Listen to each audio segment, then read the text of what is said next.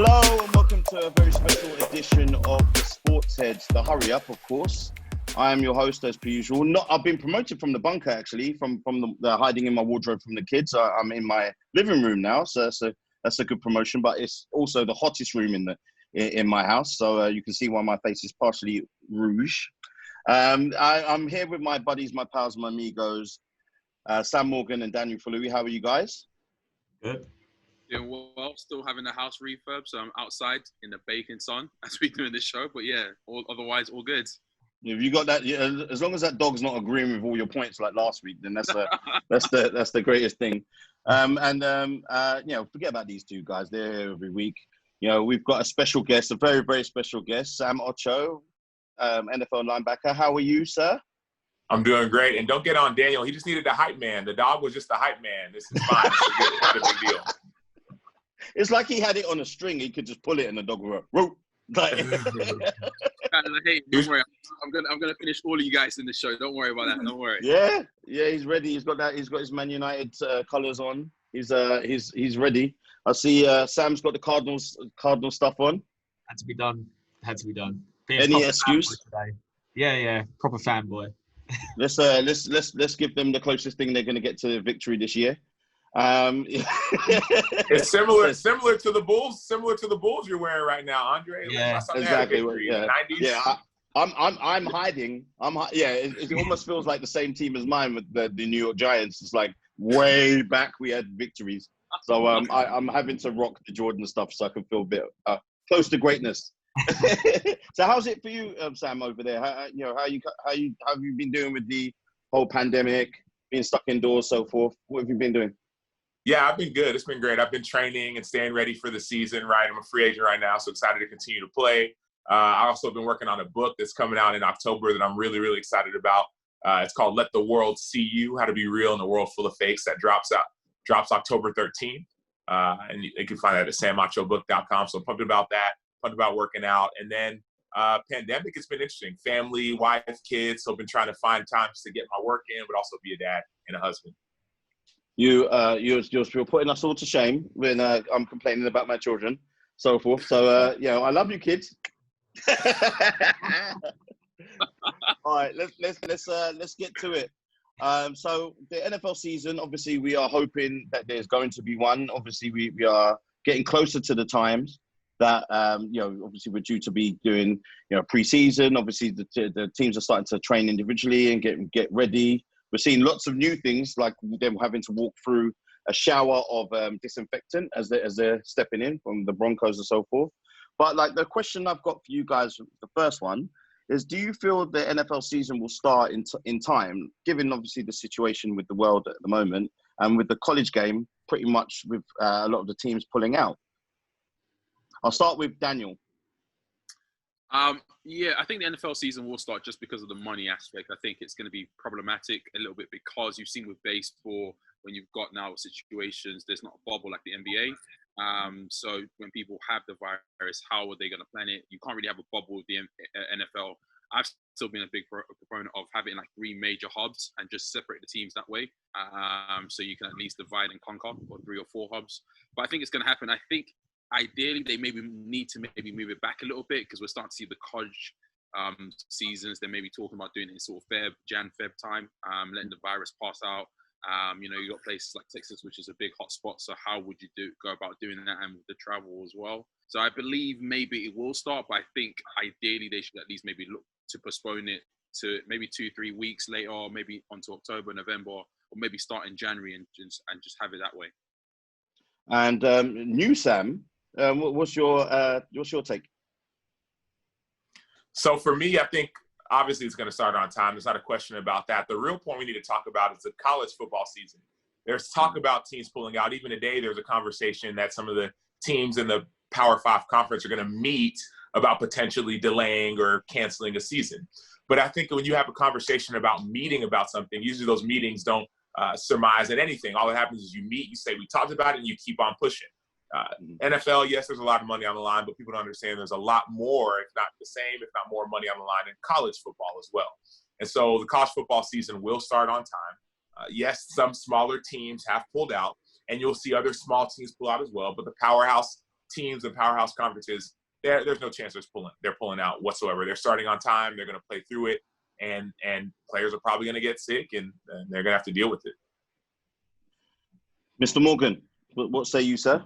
Yeah, I mean, I don't see it not starting on time for me. I think they will find a way to either start normally, everyone in their own homes, or potentially even like neutral venues at places. I think with a couple of teams saying that they're potentially not going to have fans for the first few games anyway. You might find them on their travels for those first sort of couple of game weeks potentially. They maybe redo the schedule, should I say, to potentially accommodate. But judging how the NFL normally work, it's their way or the highway. I don't see anything ever changing right now. It's too close as well. It's too close to the start. We've all just said about the money situation as well, because it's not just the sponsorship and how that was. It's the players' contracts.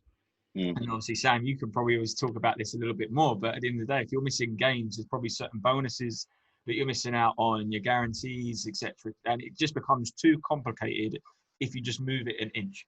And as we know, what this game is about is a game of inches, and how important it is. They're not going to move it. And to be honest, it's been too long. I need football back. So I'm hoping it doesn't get changed. But whatever happens, I will put this point, all jokes aside, whatever does take place, I hope it's done in a safe way for all the players, because the game is dangerous enough as it is. Let's not add any other sort of injury worries to anyone from long-term healthcare because of this pandemic. So fingers crossed they get it right, and hopefully they do start on time. So I mean, Sam, NFL Sam, you obviously you're close. You're very close to the situation yourself, being a player.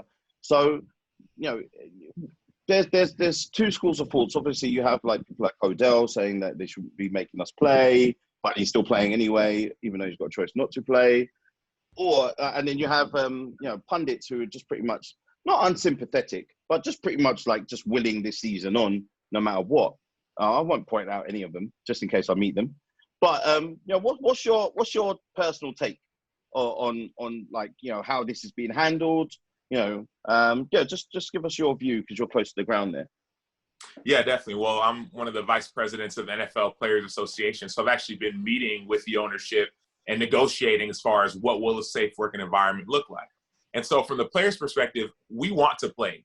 Let it be clear, let it be known, we want to play, but we also want to be safe, right? Sam, you talked about earlier about having, in all seriousness, you said we want to be able to watch football, but we want the players to be safe as well. And so to the pundits, I would say that put yourself in the players' shoes, right? I know people say, well, you make millions of dollars. I hear that, but the other side is this. I have the athletic director of the University of Texas, right? His goal is to help bring money and revenue to the school. He also has a daughter who goes to the school. His daughter's not going to be taking classes at the school this fall. She's going to be taking it online. So think about how would you look if you're pushing on all these athletes to go and risk their well-being with COVID, but your own family, you have a different standard. And so to those pundits, I would say put your family members, if you have a son or a daughter, put your son or your daughter in those shoes. Would you tell them go and play, or would you say, you know what, I need you to opt out or to sit out?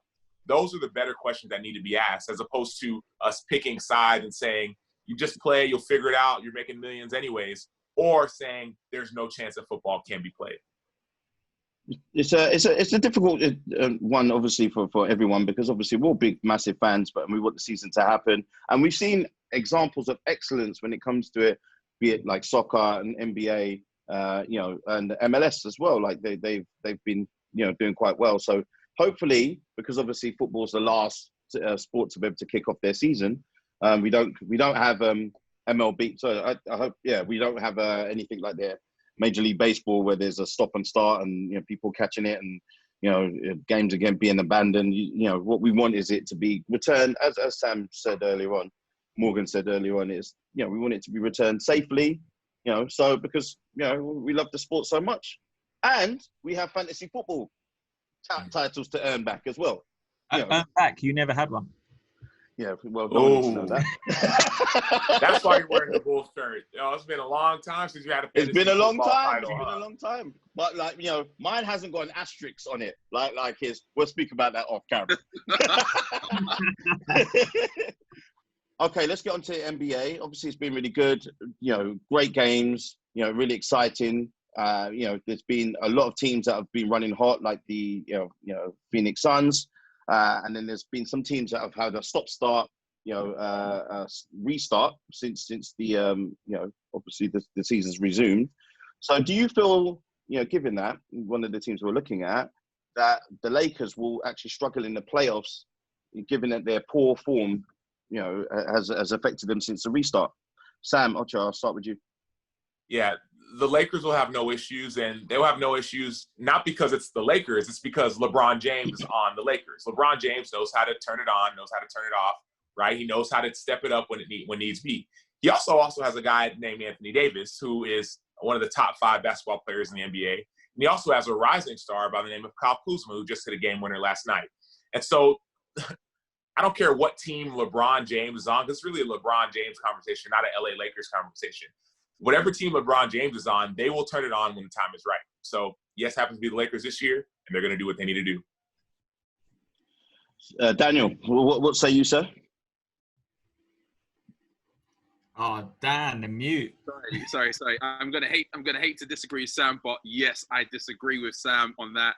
I think LeBron James is second greatest player of all time, but I do think the Lakers are going to struggle because when you look at it, is really the Lakers is championship or bust. Especially in the year that Kobe died, they really need to win the championship or bust. LeBron needs it for his legacy. He needs to cement it. If he does, he then probably pushes past his Jordan in that GOAT argument. But also, when you look at LeBron James, which Sam said, yes, he's a great guy. But you look at the teams he's been on in terms of when he's gone to the championship with Miami and with Cleveland. He's always had a dog,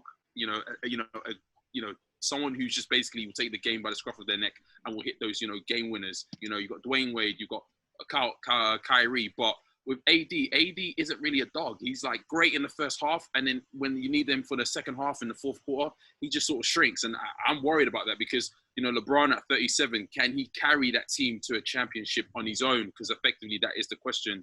I do agree with Sam. It really is a LeBron question, and can LeBron do it on his own? I don't know. And you've got Portland as well, who they're probably going to have in the first round, and Dame's just been on great form since the restart. So I think the Lakers are going to struggle. Mr. Morgan, what say you? First off, third greatest player of all time, because it's Jordan, Kobe, then LeBron.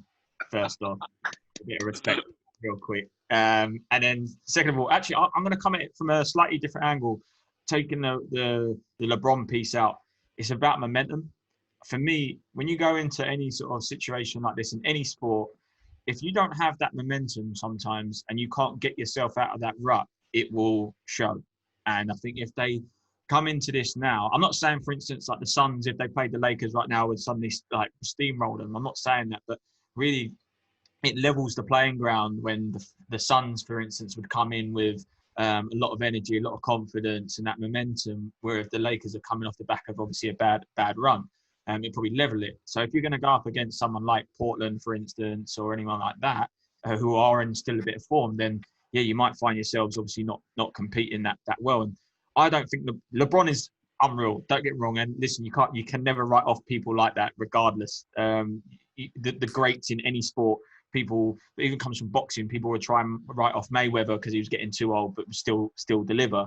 I think LeBron's very, very similar in that. However, this is a team sport, and if your weapons that you're relying on from the defense, like you just mentioned there, AD fading off, obviously I think it will play a bigger picture. But in terms of the momentum side, I don't see them winning this championship now. Just seeing how they are with the restart and how the other teams have actually probably used this advantage of being in one place. You're seeing a lot of like fresher legs. I come back to my Raptors, for instance, who do a lot of the travel. I'm not saying we're going to win it, but we've gone from it where we would be doing a lot of travel up and down from Canada and anywhere around the States, down the East Coast, obviously. But now, a lot more fresher legs, less travel for a lot of other teams. And I think people have acclimatized a lot better than the Lakers. So for me, they're not going to win the championship, and LeBron will sulk for a bit. and we might see him either pull some purse strings somewhere to get some other weapons in for the new season. So Sam, you, despite the whooping that your team got from the Celtics, are you hanging your hat on? You know how to make that one clear and abundant. You gonna put you hanging your hat on the Raptors to win the whole thing, or who you got? I mean, you're just enticing me to say yes. I mean, there's my team. Of course, I'm going to say yes. Plus, we are still the champions, so never write off the champions. So, are you guys champions? I'll remind you of that when we talk about the Premier League one day. So, Dan, what have you? What's your team you're hanging your hat on? Yeah, I mean, Morgan talked about you can never call out the champs, and I think you can. I think the champs were the champs last year, and I think there are going to be some new champs this year. Number one. Number two, we also talked about there being first of all, the Lakers. I think the Lakers are going to win the NBA championship, number one. But number two, here's why. Because the NBA is a superstar league. It is not a team sport. The NBA follows superstars. Look at the last 20 championships. There has been at least one superstar, whether it was LeBron or Kobe, right? There's even when the Spurs had their championships, they had Tim Duncan, that whole team. It's a superstar league. And so, yes, Dame is playing really, really well. And yes, Devin Booker is playing really, really well. But these superstars need pieces. Anthony Davis, for better or for worse, is that piece for LeBron James. And so if you have two superstars on a team, you're going places. Right now, if you got three, it's automatic win. And so I think the Lakers are going to win it all this year. And I don't think it's not because it's the year that Kobe died, right? I don't think that has anything to do with it, right? It's a different year in and of itself with the pandemic and a shortened season and all those things. But I think LeBron has some motivation because he is getting older. That doesn't mean he's not going to play at a high level, but he is getting older. He has motivation to win and to win now. So Dan, who are you putting your hat on? So I don't know who's going to exactly win it. I don't want to put my hat on a championship, but I'll put my hat on who I think is going to be who's going to get to the final, and I think it's going to be a Bucks versus what's the guy's names again? Rockets final. I think the Rockets have looked really good since the restart. I think the problem that's always been with the Rockets is Westbrook, going into the playoffs, Harden going into the playoffs have always lagged. They've always been tired. And that 3 months off has actually given them a lot of rest. And I think that they're going to take that energy going forward. I think they're going to be the surprise dark horse into the championship. And I can't really count the Bucks out in the East. So I think it's going to be a Bucks Rockets final personally. And I want to say the Rockets might win it. I'll leave a hat on the Rockets. Oh, I thought you were going to sit on the fence then. Someone get that man some water, please, because that pick I'm not too sure about, but we'll see if he's right. I'm boiling. Maybe that's what's going right now. I'll go with the. And the sign that he's wrong is that the dog didn't bark to agree with him. So that's it. So let's get to NFL again.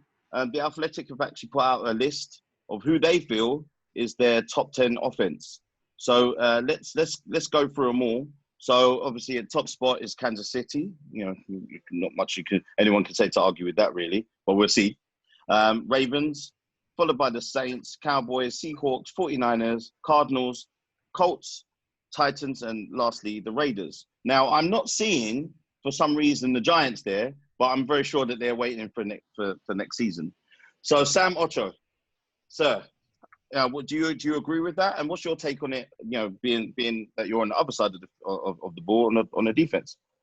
Yeah, I think this list is ridiculous. I think it's utterly ridiculous written by people who don't watch football or maybe who just want to have people make hot takes because this is a ridiculous list. How are the Raiders number one on the list? Somebody riddle me this, riddle me that. How are they on the list? Number one. But number two, I think a bigger issue is I understand Kansas City being number one, right? They have a $450 million quarterback in Patrick Mahomes. I understand Baltimore being up there as well, right? Lamar Jackson. But how do you not have the Tampa Bay Buccaneers not only not on the list, but on the top 3, 4, at least 5 on this list? It's utterly ridiculous. The Cowboys are on the list. Like, where is that coming from? You have big names, they're not a team. Tampa Bay, before Tom Brady, had 2 of the top 3 receivers in the NFL as far as yards, total yards, at 2,000-yard receivers, right? And Mike Evans and Chris Godwin. Right now they have the GOAT, the greatest of all time. They have Tom Brady on their team now. how is Tampa Bay not on this list? I think it's a ridiculous list. I think, yes, of course, everyone knows Kansas City, and of course you're going to say Lamar Jackson. But if you're putting teams like the Raiders, even the Cardinals, the Cardinals have no reason to be on this list. Yes, you have a first-round pick, Kyler Murray. I understand that. Yes, and they have DeAndre Hopkins. I get that as well. But just because you have pieces doesn't mean you're going to be a good or even a great team or a good or even a great offense, right? Cleveland Browns, they got OBJ and Jarvis Landry. They didn't do anything. And so I think this list is ridiculous, not only because I play on the defensive side of the ball, because it's really because I have two eyes and I can see. You know what? We got to have you back every single week to shut down Cardinals talk at any moment. We are absolutely. And I played for Arizona, right? So this isn't like I'm not hating. I played for the Cardinals, right? And when I played for the Cardinals, we did have a top offense with Larry Fitzgerald, Carson Palmer, etc. But it was really based off of our coach, Bruce Arians. Their coach now, Cliff Kingsbury, he was seen as an offensive guru in college. Because in the NFL, as you can see, they don't always correlate. What happened with Chip Kelly in Oregon? He was this offensive guru in college. We came to the NFL, and he pretty much derailed the Philadelphia Eagles. And now all of a sudden, when did they start winning? When he left as the coach. And so this is not an indictment on you, Morgan. Not really an indictment on the Cardinals as players, but really just it comes down to coaching as well. It's players and coaching coming together to be a top offense. And that's why I think the Raiders don't deserve to be on that list. You know what? Certain times we have people who just lift this podcast to a different level. And, Sam Acho, I love you for this. You're my Hall of Fame for that shutdown. And you even shut him down again in the nicest way. Daniel Falui, what say you? Yeah, I have to agree with Sam. I think the list is a bit suspect. I give you Kansas, I give you the Ravens, I give you the Saints. I'll probably put Tampa up there. I'd probably put Tampa third, actually, above the Saints, just because of the fact that they've got the wide receivers, as Sam mentioned. I think, look, I don't want to say Gronk's back, so it's going to be great. I mean, Gronk wasn't, Gronk before he left, but the pieces that they have, if they didn't have Jameis, they probably would have got to the playoffs. That's not to slight Jameis, but in terms of his interceptions, they probably would have got to the playoffs. That's just how great that offense was. So not to put them there is ludicrous completely. And look, I'm a Seahawks fan. Trust me. I love Russell Wilson. I love me the Seahawks, but they cannot be fifth on the list. I am sorry. Their offensive line is poor at best. They don't really have great tight ends, and you got DK Metcalf. But, our running backs, there's not a star running back. Don't get me wrong, Chris Carson's great, and we've got, some good running backs. But it's a bit, when I saw that list, I was about, huh? And I agree with Sam with the Cowboys as well. I think the Cowboys are there just because of the offensive line, because of Zeke, and, what CD Lamb could do, sorry. But, yeah, I mean, even with the Titans, outside of Derrick Henry, who have you got on the Titans in terms of offense? So I think that list is a bit bogus, in my opinion. I think places people like Tampa should have been on there. I think I would actually put Cardinals maybe 10th, actually, given who they have in terms of receivers. But the rest of the list, the Colts, Titans, I'll take them off. I'll give you the 49ers. So we'll see. Sam, have you picked up your pieces of your argument yet? Let's hear it. I'm still hurting a little bit, just here. A little bit. No hard feelings. No hard feelings. No hard feelings. You know what? We share the same name, so he had a game controller, and he literally was pressing the finisher on that. Yeah, let's see what you got. I've got to say, for the first time, we're actually getting talked about at the start of the season, and we're on these lists. Yes, this list is not the greatest list. Yeah, I don't know how the Raiders have made it. I'd have rather had the Rams in there and still questioned it a little bit, but I'd have had them over them. I mean, you can't write people off like Cooper Kupp, for instance, who for me is one of the best receivers in the league, and it's probably actually better than what the Raiders do have. When we talk about the Cowboys as well, we're talking about CD Lamb. I love all the hype and everything around rookies, but how many times do we see rookies come into the league? And as Sam, you touched on about the coaching side of things from college to the NFL. You're now with the big boys. I think you've got to be that. There's that cut above the rest, and I think that receiver there, when you're taking some of them extra hits and people that read routes a little bit better on the defensive side, will CD Lamb be able to step up? I think he's class from what I've seen. I think he's an amazing player. But to base putting someone in the top 4 offenses because you've added that weapon. For me, I just don't think this list does make sense. I think we're all in agreement with that. See, for me as well, when you look at the offense of the Saints in comparison to the Ravens, I'd have the Saints above the Ravens as well. Because if you take out Lamar Jackson, I think that it's one player. You're saying one player pips the Ravens over the Saints. I don't agree with that at all. I think Michael Thomas, for me, is probably better than most of the players in the Ravens. Drew Brees, take out some of his weird comments, is still one of the best QBs in the league as well, and obviously season on that. So for me, if the Ravens were to lose Lamar Jackson, how good is their offense, really? Morgan, let me destroy that reason if you don't mind. If you take Drew Brees off of the Saints, who are the Saints? And yes, you might say, well, last year when Drew Brees was injured, they were 3-1, they did well. But it was Teddy Bridgewater who was running the team. And who was Teddy Bridgewater? He was a first-round pick. He was actually a top quarterback before he tore up his whole leg and was out for really 2 seasons, right? Yeah. So you can't just to answer your question, yes, Lamar Jackson does lift the team up that high. But even if you take away Lamar Jackson, they already have pieces. They have a really, really, really good offensive line. They have some really, really, really good running backs. They have some really, really, really talented wide receivers. And they have a really amazing quarterback, right, who fits their exact system and fits their exact scheme. So think about this.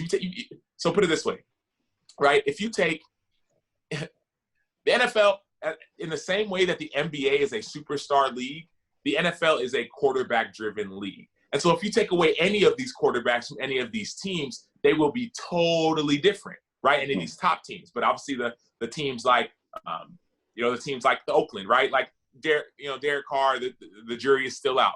Even Arizona, right? And I'm not even trying to hate on Kyler Murray. I think he's going to be a good player in this league, but he needs so much more around him. They have no offensive line, right? Poor to porous an offensive line is really what their offensive line is. And so you can't be running around taking off the best players off of teams because that's what makes them good, right? The reason Kansas City is number 1 is because of Patrick Mahomes. You take him out, you put in a backup quarterback, they wouldn't be top on the list no matter what weapons they have.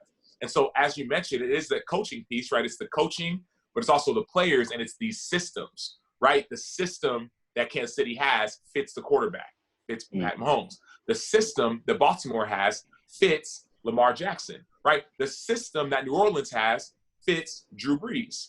And so it's about the systems, which is produced by coaches, and the quarterbacks, which obviously they're produced by their talent and their skill. But we can't just run around taking away the best players from teams and saying that would take them down off the list. On that then, Sam, I'll ask you this question then about the Bucs with about the system and what Bruce. I mean, I like Bruce Arians obviously for obvious reasons, but with them now taking away Winston, who was obviously interception king, taking him away from that system, do you feel Bruce Arians has had to now reshuffle his whole system a little bit to accommodate Brady? Yeah, that's a really good question because, and here's the thing, I played, as you know, Sam, we're both Cardinals, either fans, players. I played for Bruce Arians. I played for BA in 2013, 2014. We went, but I also was on the team before he came in 2012. In 2012, we were 5-11, 5 wins, 11 losses. We had the 5th overall pick in the NFL. We were there. There was 27 teams out of 32 better than us, right? But then we brought in a new coach. We brought in Bruce Arians. All of a sudden, we went from 5-11 one year to 10-6 the next year, right? And he brought in a quarterback and he brought in a system, right? He brought in Carson Palmer, who at that point his career was kind of descending with Oakland. Brought him in, and obviously Cincinnati and Oakland, it was didn't really do well in either place because he didn't have anybody around him, and then brought him in and changed the system. And so the same thing happened with Jameis Winston. Obviously, Tampa Bay had been bad. They've been like the Chicago Bulls been the last 10 years, right? To Andre wearing the jersey. They've been bad. But all of a sudden you come in and they went to 7-9, right? Which of course you would have loved to make the playoffs, but that was a lot better than before. And so to answer your question, yes. Yes, BA will have to change his system based off Tom Brady and his skill set. But at the end of the day, good coaches change their systems to fit their players. And that's why we see Kansas City and Pat Mahomes, Ravens and Lamar Jackson, the Saints and Drew Brees. That's why you see these teams at the top, because the coaches have changed their systems to fit the players. Last but not least, Joe Flacco is a Super Bowl winning quarterback. He was the quarterback. And all of a sudden, Joe Flacco is no longer with the Ravens, right? Well, what happens? The Ravens all of a sudden they're going places now because coaches change systems to win. I enjoyed that absolute schooling, of Mr. Morgan, and this will be the one. Yeah, and I'm sure he's very much willing to take that. I'll be putting this on the highlight reel of the year, and pretty much this will be the only highlight. No, I love it. So let's get into your stories of the week. Obviously, every week we look around and we find out what stories gets our attention. That's maybe not in the highlights of the sports world, but something that gets our attention or pulls our heartstrings. So I will start with you, Dan. What stories of the week have you been? What story of the week have you been? That's got your attention. So I think the story of the week for me has been the whole Draymond situation, him getting fined for tampering. I think, when you get a player who's coming on as a sort of analyst, you've got to give him some sort of leeway when he's been an analyst. And don't get me wrong, Draymond kind of went a bit OTT, where he was just get him out of there and not having any credit or giving any credibility to the Suns and them as an organization. But he wasn't really tampering because he didn't say, come Golden State. He just said, leave to bet your opportunity. And, he could have said that to anyone. He could have said that any time. I didn't like the way the NBA did that. Yeah, I feel that you should be able to comment on players without saying, without it being alleged to him tampering or trying to recruit that player. Even though I feel that maybe he should leave that team. Maybe. Well, we'll see. You could say it, Andre. You're not tampering. You could say he should leave. Everybody knows he should leave. Everybody knows. No offense, Morgan. FENIXX, the Suns aren't going anywhere. They will never go anywhere. Not never, but at least everybody knows that. So he should leave. But here's the issue. Here's the issue. Yeah. Here's why Draymond got fined $50,000. Let's just call it what it is. He made his comments, which were fine, right? He said he should get out of there. Everybody knows. Even Morgan would agree he should get out of there. I know I'm speaking for you, Morgan. But here's what happened. And then one of the other analysts said, "Hey, are you tampering?" If you watch the rest of the interview, they said, "Are you tampering?" And what did Draymond say? I guess so. Draymond said, "Maybe." Yeah, maybe. And so like when he said maybe, they was like, okay, well you definitely are, and we're definitely going to be taking $50,000. And for you, for us regular people, I think we would stay so far away from getting fined. So it shows how much money he's got. Where it's like well maybe. I'll be like, no, I'm not. In any way, I just want to make it clear. Who wouldn't take $50,000? I'll take that fine. Hey, if y'all don't take it, and I play for Golden State, I will take that $50,000 to go get this man on my team. To go get Devin Booker on my team. I'll take, what is $50,000? Go win 5 more championships. Get him out of FENIXX. He's not doing anything there. Yeah, see, the campaign starts here. And then all of you FENIXX Suns fans, you can hit up Sam Acho. Hey, reach out how you really feel, because he wants media. All go of buy the my smoke. book, SamAchoBook.com. You can reach me out there, find me, and I'll tell you straight to your face. I'm loving this. Not me. Go back to the whole Draymond thing. Yeah, he should have got fined for tampering. Kevin, because KD. Because let's not lie, he came out and admitted that after the game he messaged KD and said, "Come to us." So why didn't he? I'll disagree on that just slightly because at that time technically Kevin Durant was a free agent. So you can't. I don't think it's and it was literally the end of the season. About Devin Booker. So I think it's if anything he should have got fined earlier for actually. Well, Dan's gonna have to see that I won my my argument with him in the replay.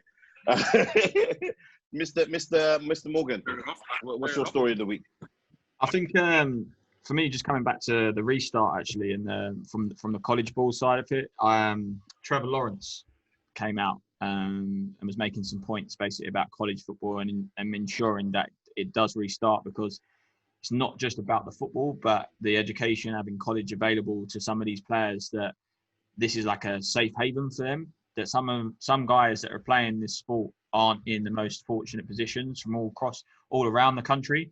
So this is a great opportunity for them, and just giving them that place to learn a sport, but also help with their education as well. That if this doesn't happen, some players may result to going back home in certain areas or certain conditions that aren't anywhere near as good as what they've got within the colleges. And I didn't even think about that until he brought it up, and I was like, actually, it's a very valid point, and I think that the colleges should do a little bit more to ensure that these guys obviously are looked after during this time if the league obviously doesn't restart for colleges.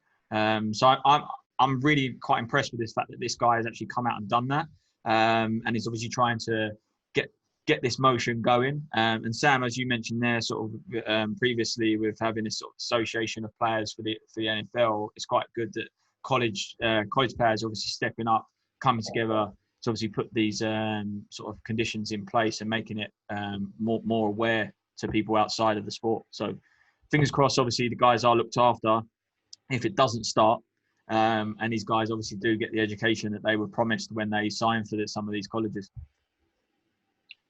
Mr. Superstar of this show, Sam Acho, what's your story of the week that sticks out to you? Yeah, my story of the week really is honestly about my book. And that's a thing. So the title of the book is Let the World See You, How to Be Real in a World Full of Fakes. And even in this podcast, we've had a lot of fun conversations, which has been great.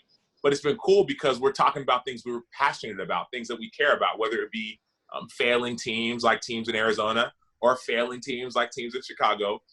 We've been talking about teams that have been struggling, things that we care about, right? And so for me, I really care about this book. I'm hoping anybody who listens to this podcast, go and pre-order right now at samachobook.com. Especially in the UK, you can order it on audiobook.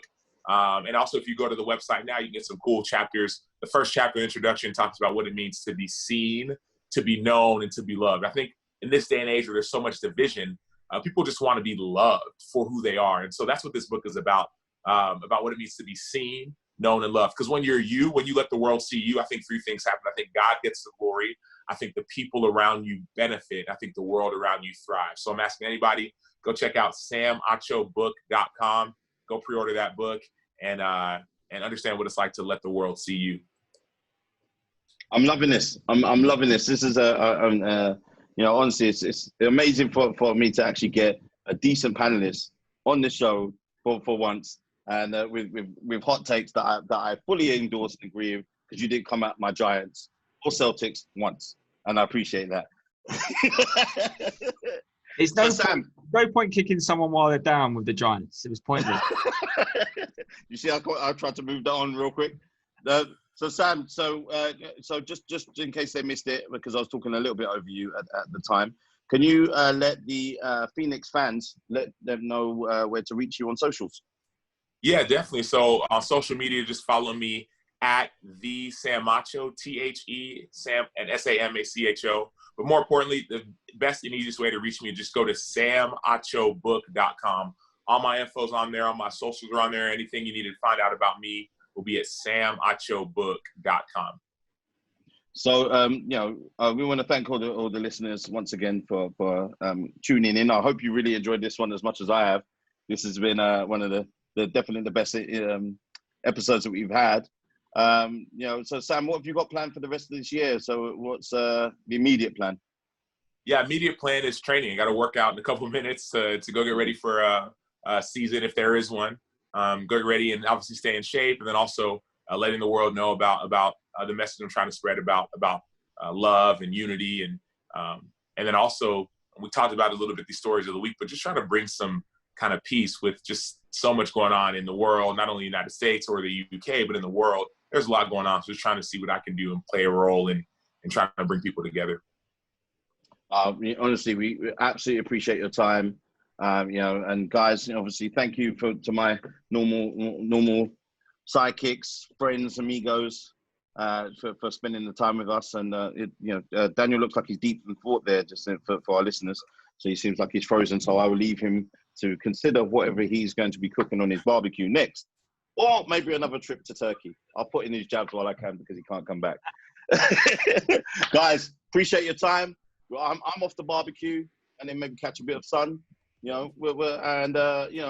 see if we can get this superstar back to be able to destroy people just like he did this week. Peace. Peace. Peace.